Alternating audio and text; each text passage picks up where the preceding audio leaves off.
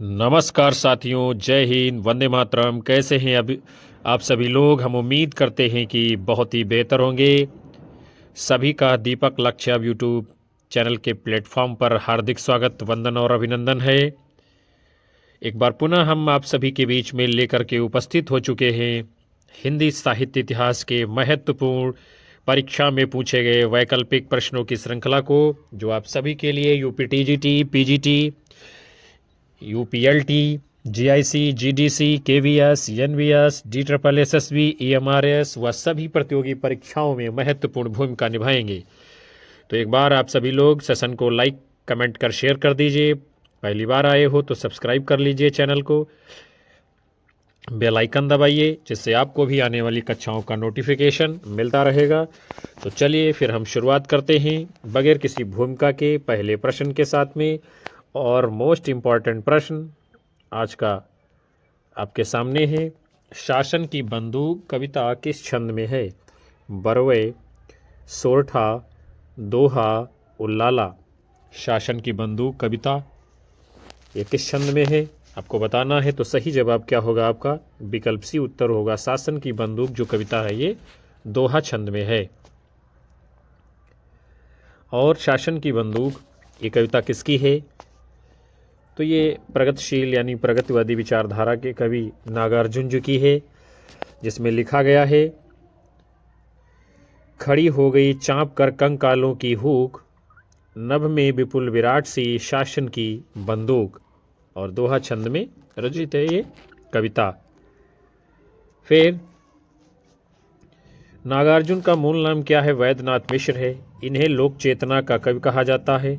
इनकी प्रथम कविता जो है वो मिथिला यानी मैथिली भाषा में है, और जबकि प्रथम हिंदी कविता कौन सी है इनकी? राम के प्रति। और ये सभी महत्वपूर्ण बातें हैं जो परीक्षा में पूछी गई हैं।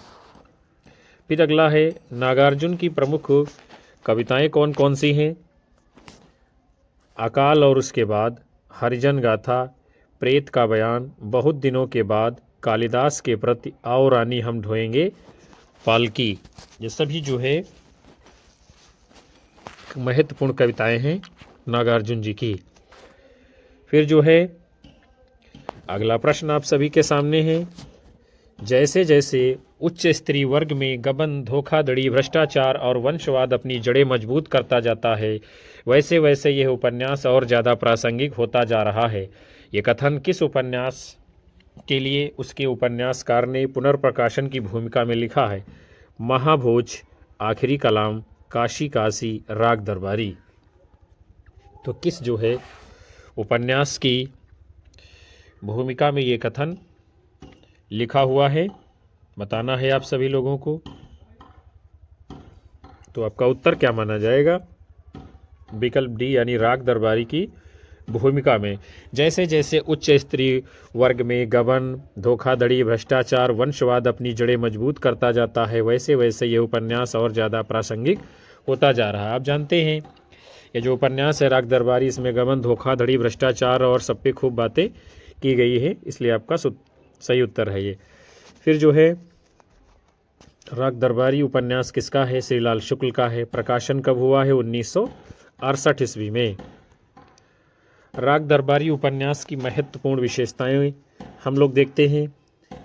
इस उपन्यास के कथा केंद्र में जो है शिवपालगंज नामक गांव है। रंगनाथ इसका नायक है। गयादीन खन्ना, छंगामल वैद्य जी इसके पात्र हैं। काशी का आशी काशीनाथ सिंह जी का।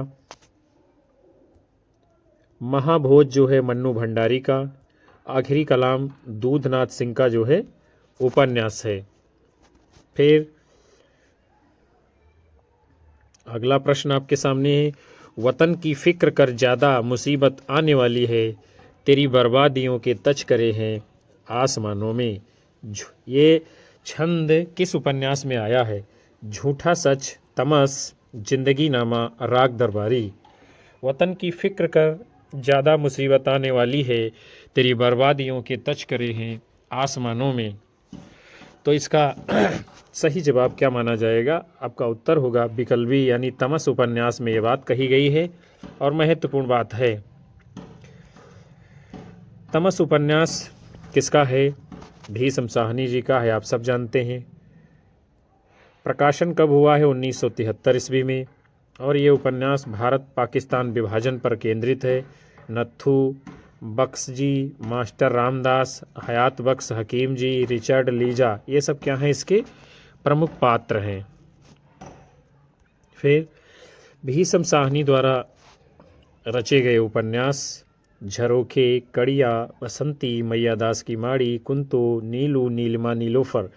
बसंती उपन्यास जो है दिल्ली की झुग्गी झोपड़ियों पर ये जो है केंद्रित है, बसंती उपन्यास।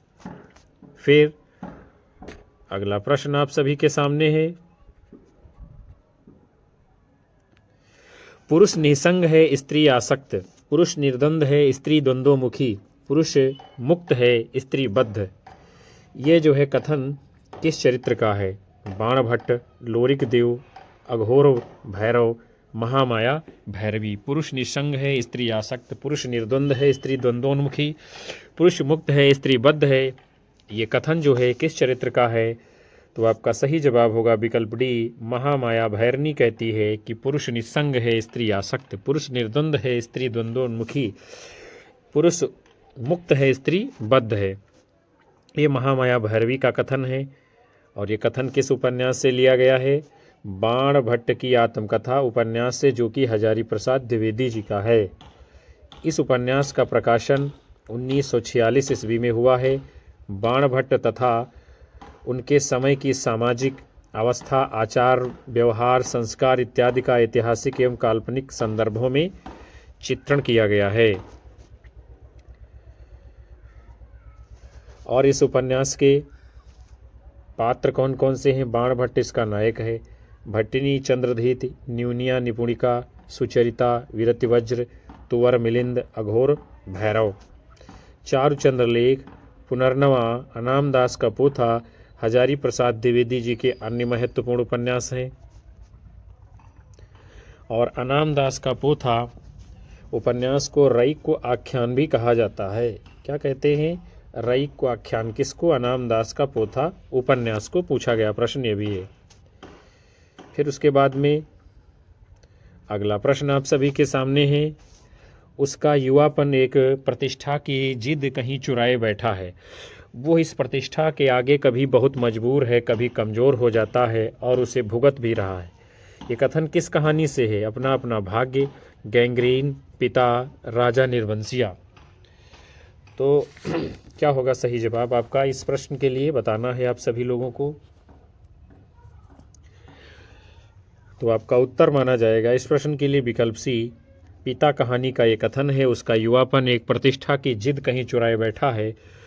वो इस प्रतिष्ठा के आगे कभी बहुत मजबूर, कभी कमज़ोर हो जाता है और उसे भुगत रहा है। पिता कहानी का ये अंश है।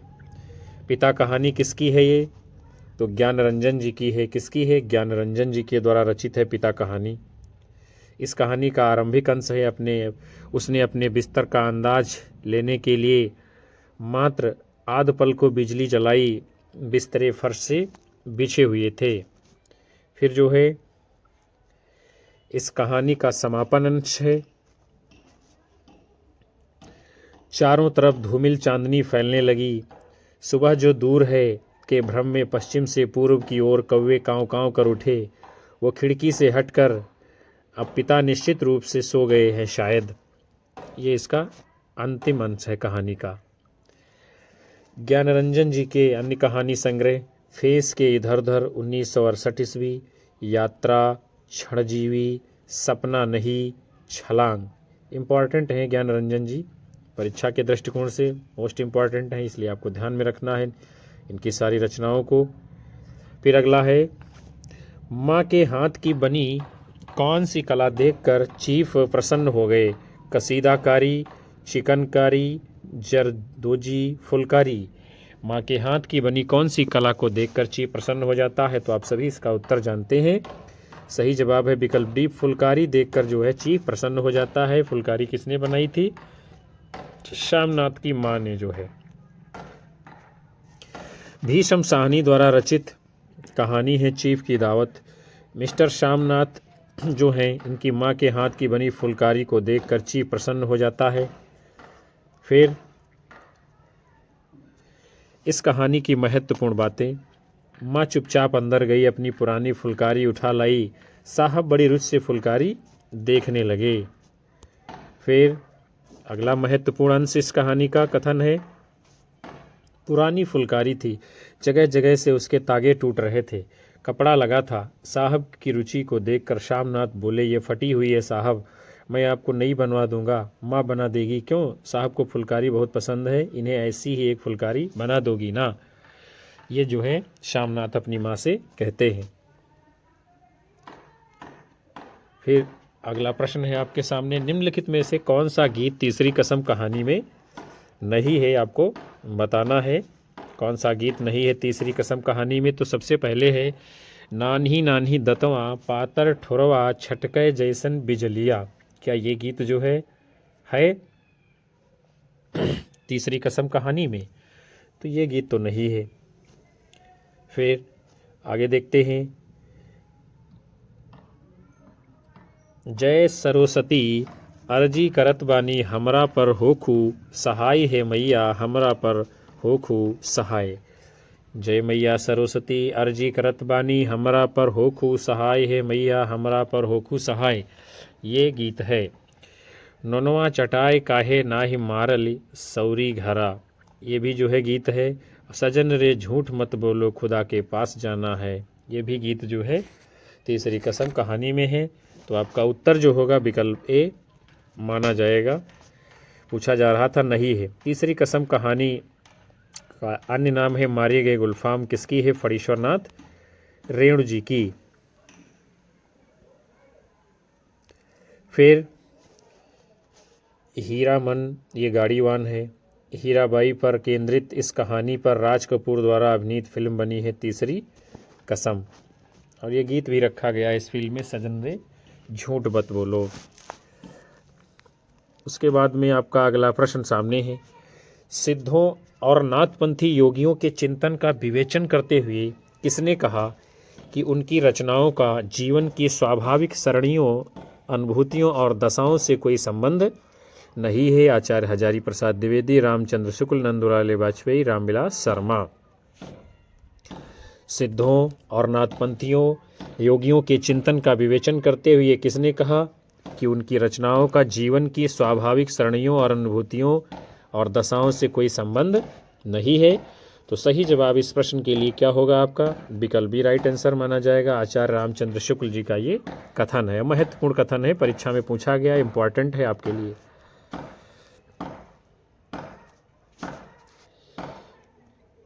सिद्धों और योगियों की रचनाओं का जीवन की स्वाभाविक अनुभूतियों और दशाओं से कोई संबंध नहीं है, अतः वे शुद्ध साहित्य के अंतर्गत नहीं आते। ये उसके कथन के आगे की बात है, महत्वपूर्ण, ये भी पूछी गई परीक्षा में। फिर शुक्ल जी के कथन, वज्रयान में आकर महासुखवाद का प्रवर्तन हुआ, ये भी बात शुक्ल जी कहते हैं। कण्हपा के उपदेश की भाषा तो पुरानी टकसाली हिंदी है, पर गीत की भाषा पुरानी बिहारी या पूर्वी बोली मिली है, ये भी कथन किसका है? शुक्ल जी का है। फिर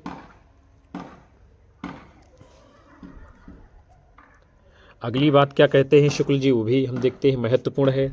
अपभ्रंश या प्राकृताभास हिंदी के पद्यों का सबसे पुराना पता तांत्रिक और योग मार्गी बौद्धों की सांप्रदायिक रचनाओं के भीतर विक्रम की 7वीं शताब्दी के अंतिम चरण में पता चलता है। मोस्ट इम्पॉर्टेंट कथन है, पूछा गया बार बार परीक्षा में, आप सभी को ध्यान में रखना है।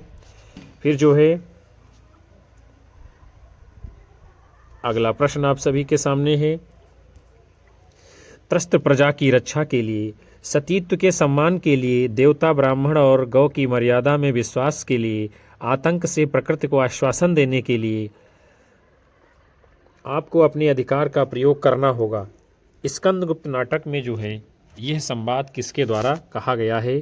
पर्णदत्त, देवसेना, बंधु, मातृगुप्त, किसका कथन है ये आप सभी को बताना है।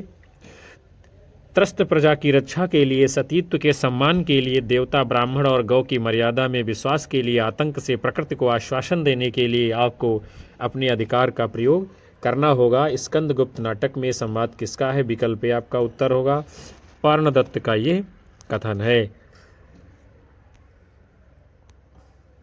और स्कंदगुप्त नाटक ये जो है किसका है? जयशंकर प्रसाद जी का है। पर्णदत्त ने ये बात कही है। स्कंदगुप्त नाटक का प्रकाशन 1928 ईस्वी में हुआ है। फिर जो है अन्य कथनों को देखते हैं हम लोग। मातृगुप्त का कथन है, कविता करना अत्यंत पुण्य का फल है। इस दुराशा और अनंत उत्कंठा से कवि जीवन व्यतीत करने की इच्छा हुई है। ये कौन कहता है? मातृगुप्त कहता है। फिर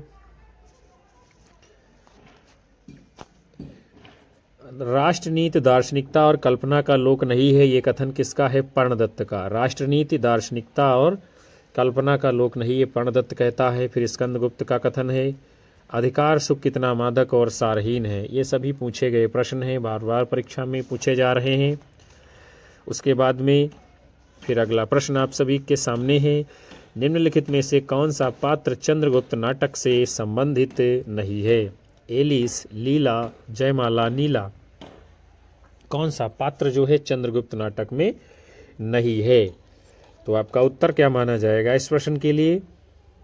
कौन सा सही जवाब होगा? विकल्प सी, यानी जो है जयमाला चंद्रगुप्त नाटक में पात्र नहीं है। एलिस है, लीला है और नीला है, ये सभी पात्र हैं।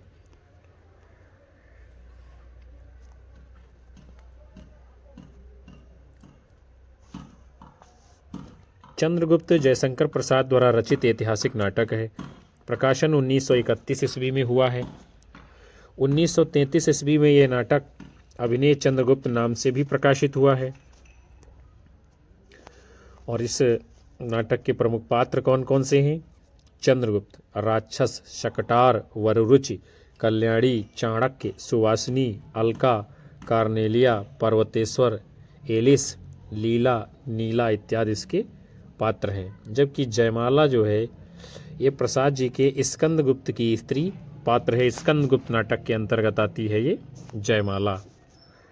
उसके बाद में चंद्रगुप्त नाटक ये 4 अंकों में है। कितने अंकों में है? 4 अंकों में है। कुछ आलोचक इसे कल्याणी परिणय का परिवर्तित रूप मानते हैं। इस नाटक की नायिका जो है कौन है? कार्नेलिया है। अरुण यह मधुमेह देश हमारा गीत जो है कार्नेलिया के द्वारा गाया जाता है। अगला प्रश्न आपके सामने है, एक निर्देशक की दृष्टि से आधे अधूरे मुझे समकालीन जिंदगी का पहला सार्थक हिंदी नाटक लगता है। कौन कहता है? सुधा शिवपुरी, बीबी कारंत, इब्राहिम अलकाजी, ओम शिवपुरी। एक निर्देशक की दृष्टि से आधे अधूरे मुझे समकालीन जिंदगी का पहला सार्थक हिंदी नाटक लगता है। तो ये बात कौन कहता है? ओम शिवपुरी जी, यानी विकल्प डी आपका सही उत्तर होगा।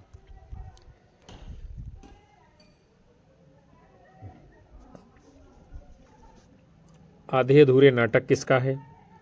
आप सभी लोग जानते हैं, ओम शिवपुरी जी का है। काले सूट वाला आदमी सिंघानिया, ओम शिवपुरी। स्त्री सावित्री, सुधा शिवपुरी। पुरुष 1, ओम शिवपुरी। बड़ी लड़की बिन्नी, अनुराधा कपूर। छोटी लड़की किन्नी, ऋचा व्यास। लड़का अशोक, दिनेश ठाकुर। पुरुष 2, ओम शिवपुरी और पुरुष 3, ओम शिवपुरी। पुरुष 4, ओम शिवपुरी। ये सब इसके पात्र हैं। अगला जो है प्रश्न आपके सामने है, जिंदगी स्वयं एक महान घड़ी है, प्रातः संध्या उसकी सुइयां हैं, नियमबद्ध एक दूसरी के पीछे घूमती रहती है। मैं चाहती हूँ मेरा घर भी घड़ी की तरह चले, हम सब उसके पुर्जे बन जाएं और नियम पूर्वक अपना अपना काम करते जाएं। अंजू दीदी नाटक में यह संवाद किसने किससे कहा है आपको बताना है। अंजलि द्वारा मुन्नी को, अनिमा द्वारा अंजलि को, अंजलि द्वारा अनिमा को और अंजलि द्वारा नीरज को। क्या होगा सही जवाब आप लोगों को बताना है। जिंदगी स्वयं एक महान घड़ी है, प्रातः संध्या उसकी सुइयां हैं, नियमबद्ध एक दूसरे के पीछे घूमती रहती हैं। मैं चाहती हूँ मेरा घर भी घड़ी की तरह चले, हम सब उसके पुर्जे बन जाएं और नियम पूर्वक अपना अपना काम करते जाएं। अंजू दीदी नाटक में यह संवाद किसका है? तो आपका सही जवाब क्या होगा? विकल्प सी राइट आंसर माना जाएगा, यानी अंजलि द्वारा अनिमा को ये कहा गया कथन है। उपेंद्रनाथ अश्क जी का ये नाटक है, किसका है? उपेंद्रनाथ अश्क जी का है। 2 अंकों का नाटक है और दोनों अंकों में 3-3 दृश्य हैं आगे चलकर। और ये जो है अंजलि द्वारा अनिमा को कहा गया उपयुक्त कथन है। अंजू दीदी ये नायिका प्रधान नाटक है। कैसा है? नायिका प्रधान नाटक है। पात्र हैं इसके अंजलि यानी अंजू दीदी, इंद्र नारायण, अनिमा, नीरज, मुन्नी, राधु, ओमी, नजीर, श्रीपद, नीलम इत्यादि ये इसके प्रमुख पात्र हैं। फिर अगला प्रश्न है, क्रोध मेरी खुराक है, लोभ मेरा नयन अंजन और काम भुजंग मेरा क्रीड़ा सहचर, इसको ही मैं क्रमशः विद्रोह, प्रगति और नवलेखन कहकर पुकारता हूँ। उपयुक्त कथन में निबंधकार अपने जीवन की वर्तमान अवस्था को किस नक्षत्र से जोड़ते हैं? मघा नक्षत्र से, स्वाति नक्षत्र से और पूर्व फाल्गुनी नक्षत्र से, उत्तर फाल्गुनी नक्षत्र से। तो मेरी खुराक है, क्रोध मेरी खुराक है, लोभ मेरा नयनंजन और काम भुजंग मेरा क्रीड़ा सहचर है, इसको मैं क्रमशः विद्रोह, प्रगति और नवलेखन कहकर पुकारता हूँ। ये कथन जो है निबंधकार अपने जीवन की वर्तमान अवस्था को पूर्व फाल्गुनी नक्षत्र से जोड़ता है। कुबेरनाथ राय का निबंध है उत्तर फाल्गुनी, वहाँ से ये लिया गया है। और कुबेरनाथ राय जो है ललित निबंधकार हैं, ये आपको ध्यान में रखना है। हम लोग आगे बढ़ते हैं। अगला महत्वपूर्ण प्रश्न देखते हैं हम सभी। आजकल की कविता में नयापन नहीं है, उसमें पुराने जमाने की कविता की पुनरावृत्ति मात्र है। इस नकल में असल की पवित्रता और कुमारेपन का अभाव है। उपयुक्त कथन किस निबंध से लिया गया है? कविता क्या है? मजदूरी और प्रेम, उठ जाग मुसाफिर, संस्कृत और सौंदर्य। आजकल की कविता में नयापन नहीं है, उसमें पुराने जमाने की कविता की पुनरावृत्ति मात्र है। इस नकल में असल की पवित्रता और कुमारेपन का अभाव है। ये कथन किस निबंध का है? तो आपका उत्तर होगा विकल्प बी, मजदूरी और प्रेम निबंध का ये कथन है। मजदूरी और प्रेम निबंध किसका है? तो आप लोग जानते हैं सरदार पूर्ण सिंह जी का निबंध है मजदूरी और प्रेम। हल चलाने वाले, भेड़ चराने वाले प्राय स्वभाव से ही साध होते हैं। इनका जीवन बर्फ की पवित्रता से पूर्ण और वन की सुगंध से सुगंधित है। मुझे तो मनुष्य के हाथ से बने हुए कामों में उसकी प्रेम में पवित्र आत्मा की सुगंध आती है। आदमियों की तिजारत करना मूर्खों का काम है। मजदूरी और फकीरी मनुष्य के विकास के लिए परमावश्यक है। पश्चिमी सभ्यता मुख मोड़ रही है, वो एक नया आदर्श देख रही है। ये सभी कथन किस निबंध के हैं? मजदूरी और प्रेम के। अगला प्रश्न आपके सामने है, निम्नलिखित में से कौन विवेकी राय का निबंध संग्रह नहीं है? और इम्पॉर्टेंट प्रश्न है आपके लिए। फिर बैतलवा डाल पर, गवई गंद गुलाब, उठ जाग मुसाफिर, हर बारिश में। इनमें से कौन सा निबंध संग्रह नहीं है विवेकी राय जी का? तो आपको बताना है। सही उत्तर आपका क्या होगा? विकल्प डी, हर बारिश में। ये जो है नहीं है निबंध संग्रह विवेकी राय जी का। फिर बैतलवा डाल पर, गवई गंद गुलाब, उठ जाग मुसाफिर, ये सभी जो है। आगे बढ़ेंगे हम लोग। किसानों का देश, गाँवों की दुनिया, त्रिधारा, जुलूस रुका है, नया गांव नामा, आम रास्ता नहीं है, आस्था और चिंतन, जगत तपोवन सो कियो, जीवन अज्ञात का गणित, ये सभी निबंध संग्रह और निबंध किसके हैं? विवेकी राय जी के। हर बारिश में, ये निर्मल वर्मा द्वारा रचित उपन्यास है। किसका है? निर्मल वर्मा द्वारा रचित उपन्यास है हर बारिश में, यानी यात्रा वृत्तांत है ये, जिसका प्रकाशन 1980 ईस्वी में हुआ है। हर बारिश में निर्मल वर्मा का यात्रा वृत्तांत है और प्रकाशन कब हुआ है? 1980 ईस्वी में। और हर बारिश में संकलित जो हैं 10 वर्ष बाद केंद्रीय मानवीय स्थित दो संस्कृतियों के बीच, यूरोप में भारतीय, अंग्रेजों की खोज में, अंधेरे में एक चीज़, प्राग एक आधुनिक रंगमंच, प्राग एक स्वप्न, अंधेरे के खिलाफ परंपरा और प्रतिबद्धता एक बातचीत, राब ग्रिए के साथ एक शाम, सौंदर्य की छायाएं, ये सब इसमें संग्रहित है। फिर अगला है संस्कृत और सौंदर्य। निबंध में निम्नलिखित में से किस निबंध का उल्लेख नहीं है? अशोक के फूल, विचार और वितर्क, मेघदूत एक पुरानी कहानी, शिरीष के फूल। संस्कृत और सौंदर्य निबंध में किस निबंध का उल्लेख नहीं है? तो आपका सही जवाब क्या होगा? विकल्प डी, शिरीष के फूल का जिक्र इसमें जो है नहीं है। अशोक के फूल का जिक्र है, विचार वितर्क का जिक्र है, मेघदूत एक पुरानी कहानी का जिक्र किया गया है। संस्कृत और सौंदर्य, ये निबंध जो है किसका है? नामवर सिंह जी का आलोचनात्मक निबंध है, जिसमें अशोक के फूल, साहित्य का मर्म, विचार और वितर्क, मेघदूत, एक पुरानी कहानी, हमारी संस्कृति और साहित्य, ये सब निबंधों का उल्लेख है, जो कि हजारी प्रसाद द्विवेदी जी के द्वारा रचित हैं। इस आलोचनात्मक निबंध में शिरीष के फूल का जिक्र नहीं किया गया है। अगला प्रश्न है आपके सामने, भारतेंद्र मंडल के लेखकों की चर्चा करते हुए रामचंद्र शुक्ल निबंध के लिए निम्न में से किस शब्द का प्रयोग नहीं करते हैं? लेख, ललित निबंध, ललित गद्य, गद्य प्रबंध, निबंध। भारतेंद्र मंडल के लेखकों की चर्चा करते हुए रामचंद्र शुक्ल निबंध के लिए किस पद का प्रयोग नहीं करते हैं, ये आपसे पूछा जा रहा है। तो जिस पद का प्रयोग नहीं करते हैं शुक्ल जी, वो आपका सही उत्तर क्या होगा? विकल्प बी, यानी ललित गद्य का प्रयोग नहीं करते हैं। लेख, गद्य प्रबंध, निबंध, इन सब का प्रयोग करते हैं।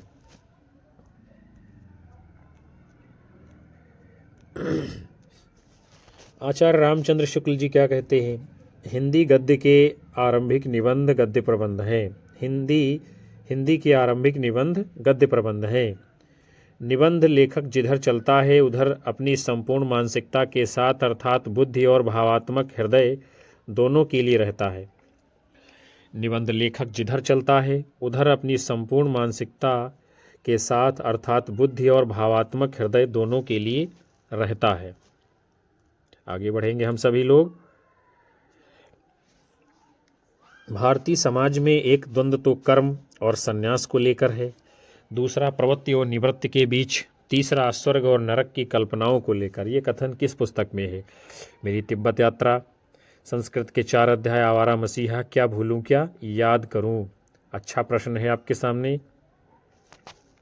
क्या कहा जा रहा है? भारतीय समाज में एक द्वंद्व तो कर्म और संन्यास को लेकर है, दूसरा प्रवृत्ति और निवृत्ति को लेकर है, तीसरा स्वर्ग और नरक की कल्पनाओं को लेकर है। ये कथन जो है किस पुस्तक में है? तो आपका सही जवाब होगा विकल्प बी, संस्कृत के 4 अध्याय में ये बात कही गई है। और संस्कृत के 4 अध्याय ये ग्रंथ किसका है आप जानते हैं?